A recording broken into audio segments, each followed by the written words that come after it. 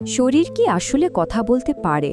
মানে যখন ভেতরে ভেতরে একটা নতুন জীবনের শুরু হয় তখন কি শরীর কোনো সিগন্যাল দেয়? হ্যাঁ, দেয়। আর আজকের এই আলোচনাতে আমরা ঠিক সেই সব সূক্ষ্ম লুকানো সংকেতগুলোই খুঁজে বের করার চেষ্টা করব, যেগুলো প্রেগন্যান্সির একদম শুরুর দিকেই দেখা দিতে পারে। তো আসল প্রশ্নটা হলো, এই সংকেতগুলো ঠিক কি কি? মানে শরীর ঠিক কিভাবে কথা বলা শুরু করে? চলুন সেটাই জানা যাক। ব্যাপারটা কি জানেন, প্রেগন্যান্সির একদম প্রথম দিকের লক্ষণগুলো ওগুলো না এতটাই হালকা হয় যে খুব সহজেই আমাদের চোখ এড়িয়ে যেতে পারে। কিন্তু আজকের এই আলোচনাতে আমরা ঠিক সেই ছোট ছোট কিন্তু ভীষণ গুরুত্বপূর্ণ পরিবর্তনগুলোই চিনতে শিখব। আচ্ছা, তাহলে প্রথমেই আসি শরীরের প্রাথমিক পরিবর্তনগুলো নিয়ে। বিশেষ করে প্রথম 1 থেকে 2 সপ্তাহের মধ্যে কি কি খেয়াল করা উচিত? এই সময়টাতেই কিন্তু হরমোনের খেলার কারণে অনেক কিছু ঘটতে শুরু করে। সবচেয়ে প্রথম যে লক্ষণটা দেখা দিতে পারে সেটা হলো হালকা রক্তপাত। এটাকে স্পটিংও বলা হয়।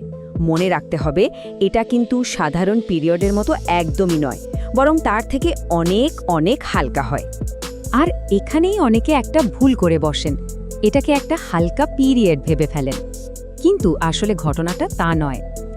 এটা সাধারণত তখন হয় যখন ভ্রূণটা জরায়ুর দেয়ালে নিজেকে আটকে নেয়, মানে ইমপ্ল্যান্টেশন হয়। আর এটাই কিন্তু প্রেগন্যান্সির একদম প্রথম দিকের শারীরিক চিহ্নগুলোর মধ্যে অন্যতম। এরপর আসি শরীরের অন্যান্য প্রতিক্রিয়ার কথায়, মানে শরীরের বাকি অংশগুলোই বা কিভাবে প্রতিক্রিয়া দেখাতে শুরু করে। কারণ ব্যাপারটা তো শুধু একটা লক্ষণের মধ্যে সীমাবদ্ধ থাকে না, তাই না? পুরো শরীরেই তখন নানা রকম পরিবর্তন আসতে শুরু করে। আরেকটা খুব সাধারণ লক্ষণ হলো মাথা ঘোরা। মানে হঠাৎ করে কেমন যেন মাথাটা হালকা হয়ে গেল, বা মনে হচ্ছে ভারসাম্য রাখা যাচ্ছে না। এই অনুভূতিটাও কিন্তু একটা প্রাথমিক সংকেত হতে পারে। এর কারণ হলো শরীরের ভেতরে হরমোন আর ব্লাড প্রেশারের পরিবর্তন। এরপর আসা যাক রুচির পরিবর্তনে। হ্যাঁ, মানে খাবার দাবারের ইচ্ছে অনিচ্ছের একটা বড়সড় পরিবর্তন। এটা কিন্তু বেশ পরিচিত একটা লক্ষণ। হরমোনের কারণেই কিন্তু তখন ঘ্রাণ আর স্বাদের অনুভূতি এতটাই বদলে যায় যে হয়তো খুব পছন্দের কোনো খাবারও হঠাৎ করে খারাপ লাগতে শুরু করে। ব্যাপারটা এমন হতে পারে যে ধরুন, যে কফির গন্ধটা খুব প্রিয় ছিল সেটাই হঠাৎ করে একদম অসহ্য লাগছে। আবার এমন কোনো একটা জিনিস খাওয়ার জন্য তীব্র ইচ্ছে তৈরি হতে পারে যা আগে হয়তো কখনো খাওয়ার কথা ভাবাই হয়নি। এমনকি সার্বিকভাবে খিদে খুব বেড়ে যেতে পারে, বা উল্টোটা মানে একদম কমেও যেতে পারে। দুটোই কিন্তু স্বাভাবিক। আচ্ছা, এতক্ষণ তো আমরা আলাদা আলাদা কিছু লক্ষণ নিয়ে কথা বললাম, কিন্তু আসল প্রশ্নটা হলো কখন সন্দেহ করা উচিত, মানে কখন এই সংকেতগুলোর মধ্যে একটা সংযোগ স্থাপন করা যায়। চলুন এবার এই ডটগুলোকে কানেক্ট করার চেষ্টা করা যাক। দেখুন, ব্যাপারটা ধাপে ধাপে এগোয়। প্রথমে হয়তো একটা খুব সূক্ষ্ম পরিবর্তন চোখে পড়ল, যেমন ধরুন হালকা স্পটিং।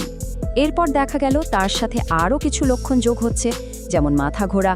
তারপর যখন খাবারের রুচির পরিবর্তন বা অন্য কোনো লক্ষণ, এই সব কিছু মিলেমিশে একটা প্যাটার্ন তৈরি হয়, তখনই কিন্তু একটা সন্দেহ দানা বাঁধতে শুরু করে। এই সবকটা লক্ষণ একসাথে একটা শক্তিশালী সূত্রের দিকেই ইঙ্গিত করে। এই কথাটা কিন্তু খুব গুরুত্বপূর্ণ যে কোনো একটা লক্ষণের পেছনে অনেক কারণ থাকতে পারে, তাই না? কিন্তু যখন বেশ কয়েকটা লক্ষণ একসাথে মিলে একটা প্যাটার্ন তৈরি করে, একটা গল্প বলতে শুরু করে, তখন কিন্তু একটা নির্দিষ্ট সম্ভাবনার কথাই জোরালোভাবে উঠে আসে। বেশ, তাহলে সন্দেহ তো হলো, কিন্তু এরপর কিভাবে এই সন্দেহটাকে নিশ্চিত করা যায়? চলুন এবার আমাদের আলোচনার একদম শেষ এবং সবচেয়ে গুরুত্বপূর্ণ ধাপে চলে যাই, সন্দেহ থেকে নিশ্চিত হওয়ার পথে। এই ক্ষেত্রে সবচেয়ে জরুরি পরামর্শ হলো একদম তাড়াহুড়ো না করা। কেন? কারণ শরীরে প্রেগন্যান্সি হরমোনটা যথেষ্ট পরিমাণে তৈরি হতে একটু সময় লাগে। তাই সবচেয়ে নির্ভরযোগ্য আর সঠিক রেজাল্ট পাওয়ার জন্য পিরিয়ড মিস হওয়ার পরেই প্রেগন্যান্সি টেস্ট করা উচিত। এর আগে করলে কিন্তু ভুল রেজাল্ট আসার সম্ভাবনা থাকে। তাহলে শরীরের এই সমস্ত সংকেতগুলো ঠিকঠাক বোঝার পর পরবর্তী পদক্ষেপটা কী হওয়া উচিত? আশা করি আমাদের আজকের এই আলোচনাটা এ বিষয়গুলো নিয়ে ভাবতে এবং প্রয়োজনে একজন ডাক্তারের সাথে পরামর্শ করে সঠিক সিদ্ধান্ত নিতে সাহায্য করবে।